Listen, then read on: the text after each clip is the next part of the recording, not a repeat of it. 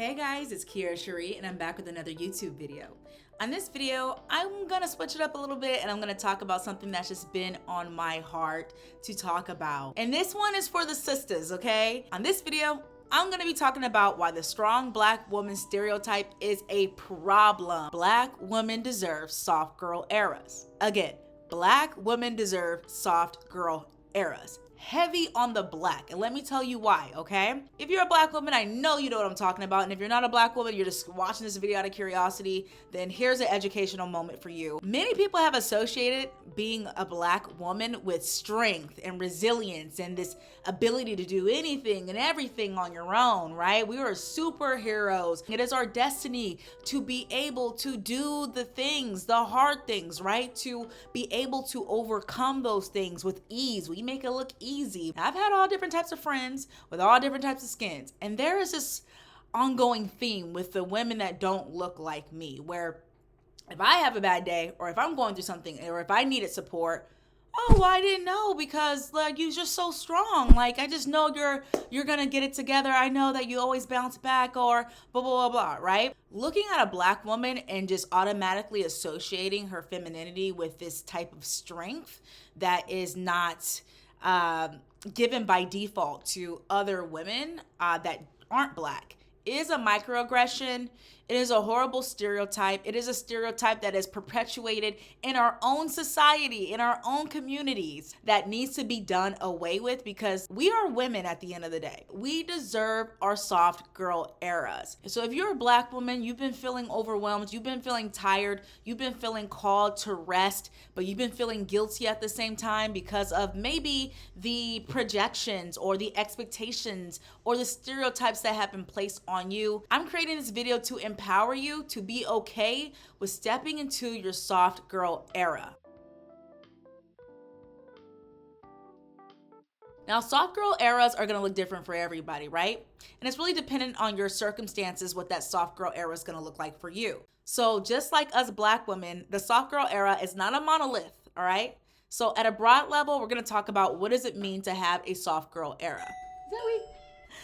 Anyways, the way that you know that you're in your soft girl era is if your nervous system feels rested, you feel at peace, and you're not shaming yourself for feeling that peace. Maybe peace to you is just having slower mornings, having more dedicated time with yourself, spending time with yourself, and operating from a space of safety. Maybe for others, it's materialistic, right? Having a good pad, right? A good financial pad to work off of, to fall back on, so you can move to the beat of your own drum, right? Maybe for others, having a soft girl era is tapping into that vulnerable side of yourself, right? Leaning back on your community, right? Many people will inaccurately relate soft girl eras to just a materialistic thing, but it's much more than that. Like the soft girl era is an emotional movement focused on prioritizing the mental health, the peace, and the femininity of women, right? And for this video, more particularly black women, because due to stereotypes and systemic racism, socioeconomic disparities, all of the challenges that we have to face, having that soft girl era doesn't always feel easy. So that's why I think it's important to understand what it truly is, right? It's about feeling safe,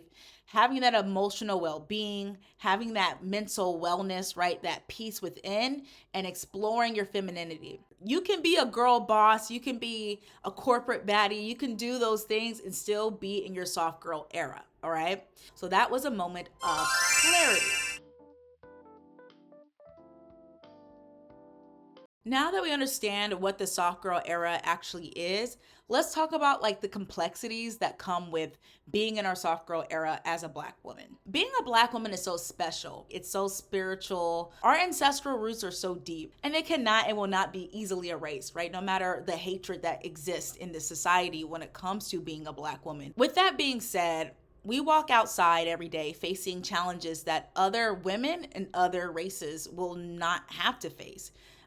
They have the privilege of not having to navigate the world in the way that us black women do. And if that isn't apparent and illustrative and evident to you now, I don't think it ever will be. You need to open your eyes, because even Stevie Wonder can see that himself, okay? Even Helen Keller could see that herself. Even yeah, let's not get into that. But all those people can see it, okay? All those people can see it. The Black feminine construct when it comes to Black women has been intentionally diluted with what I call pollutants, right? These pollutants are projections, right? And expectations that exist because of bad seeds. Now, I know that I am a strong Black woman, but I don't always desire to be labeled a strong Black woman. I don't always desire to be strong. I don't know if anybody else can relate to this, but sometimes I want to fall back on my femininity and wanting to be led, right? And wanting to nurture, but also wanting to be nurtured and wanting to exist in a safe space where I don't have to have all the answers. I don't have to always pull myself up with my own two hands, right?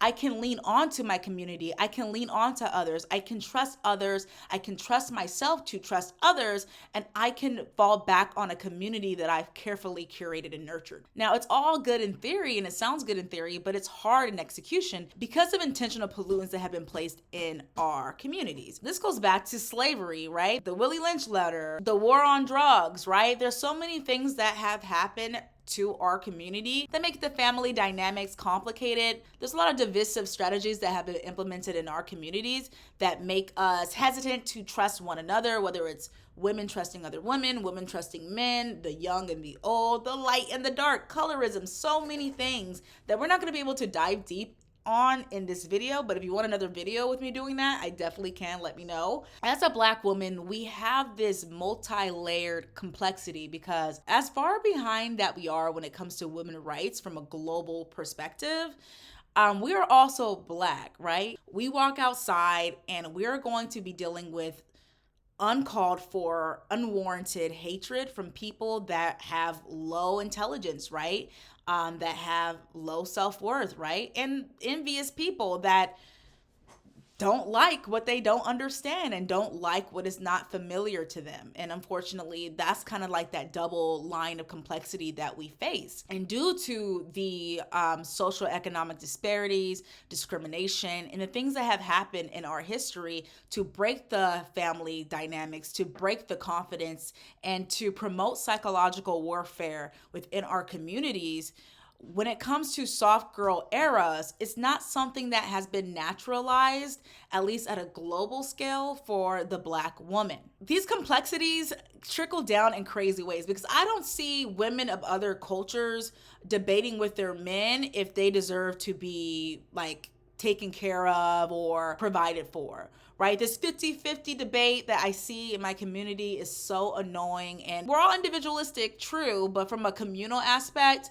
I feel like the Black community debates about things that other communities don't debate about. And there's reasons for that. Now, I've seen like Black women come out and share their preferences, and more often than not, it's taken the wrong way. I've seen Black women be called gold diggers for wanting things that other women of other races want.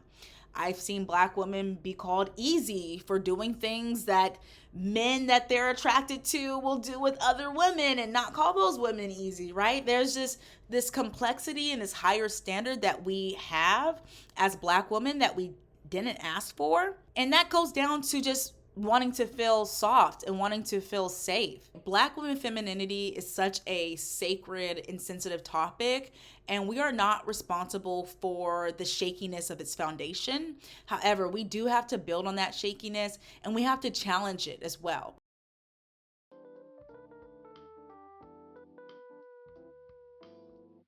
So here's a few different key pillars to adopt for a soft girl lifestyle, no matter your circumstances, right? This is something that was even hard for me, right? You need to prioritize rest and self-care, and that is a key pillar to adopt the soft girl lifestyle for your soft girl era. And rest and self-care is gonna look different for everybody. Some people are very creative, right? And they need a creative outlet to express themselves. Maybe that means locking yourself in your room for an hour and painting. Maybe that means sewing, maybe that means booking studio time and recording some music. Or it could look like, booking a facial, getting your facials in, your nails done, taking care of your hair, prioritizing that rest and self-care so you can feel your best and be at your best and feel good, okay? The soft girl era and the soft girl lifestyle is about having a calm nervous system and feeling well, right? And that wellness is gonna look different for everybody, but all in all, you need to be prioritizing your rest and your self-care. So the next pillar when it comes to how to adopt your soft girl lifestyle for your soft girl era, set boundaries. Protect your energy by saying no. You're not going to be able to make every event, right? Or if you do go to the events, maybe you can't stay the whole time, right? Maybe there's somebody in your life that you care for, but sometimes they can show up in an unsafe way. Set the boundary you needed with that person so you can healthily coexist. And sometimes setting boundaries can eventually lead to parting ways with people, right? Especially if they don't respect those boundaries, okay? And the corresponding thing with all these pillars, not feeling guilty about it, not feeling guilty about rest, right? Not feeling guilty about slowing down, right? Not feeling guilty about setting boundaries. I would say the next key pillar when it comes to adopting a soft lifestyle is to romanticize your daily life. And this could look different for everybody.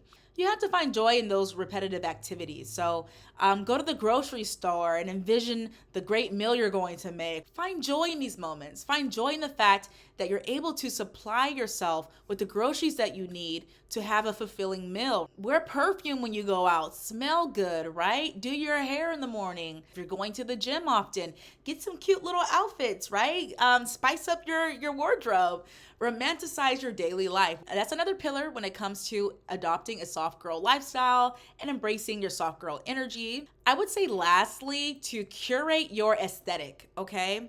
Really get to understand yourself, your style, what's flattering for you, whether it's hairstyles, makeup, clothing, like what is that style for you and how do you curate that within your day? What colors are the most flattering on you, right? Get to know yourself a little bit more. Experiment with your wardrobe so you can find that style for yourself and you can craft your look. I believe that a part of your soft girl era is pouring into yourself, and not just through creative expression or self-care or rest, right? But also through how you look, right? How you present yourself to the world. So again, Black women deserve soft girl eras, okay? At the end of the day, the soft girl era is not about being weak, but it's about creating harmony for your mental wellness. So Black women, I see you, I hear you, I feel you. I know the difficulties and the complexities when it comes to us. We are strong, but our strength isn't something that we ask to have. It's something we needed to have and we need to have in this society.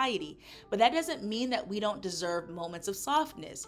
That doesn't mean that our standards are too high, right? Or expectations are too large, right? Or too grand. You deserve the life that you want, and you deserve to feel safe while creating that life for yourself. All right, my name's Kiara Cherie. If this video resonates with you, feel free to subscribe. If you are a Black woman that is in her soft girl era, please feel free to comment. I want to know what that soft girl era looks like and feels like for you. And if you're interested in topics like this, relationship dynamics, natural hair, travel, so on and so forth, this is the channel for you. Let's stay connected, all right? Okay, guys, take care.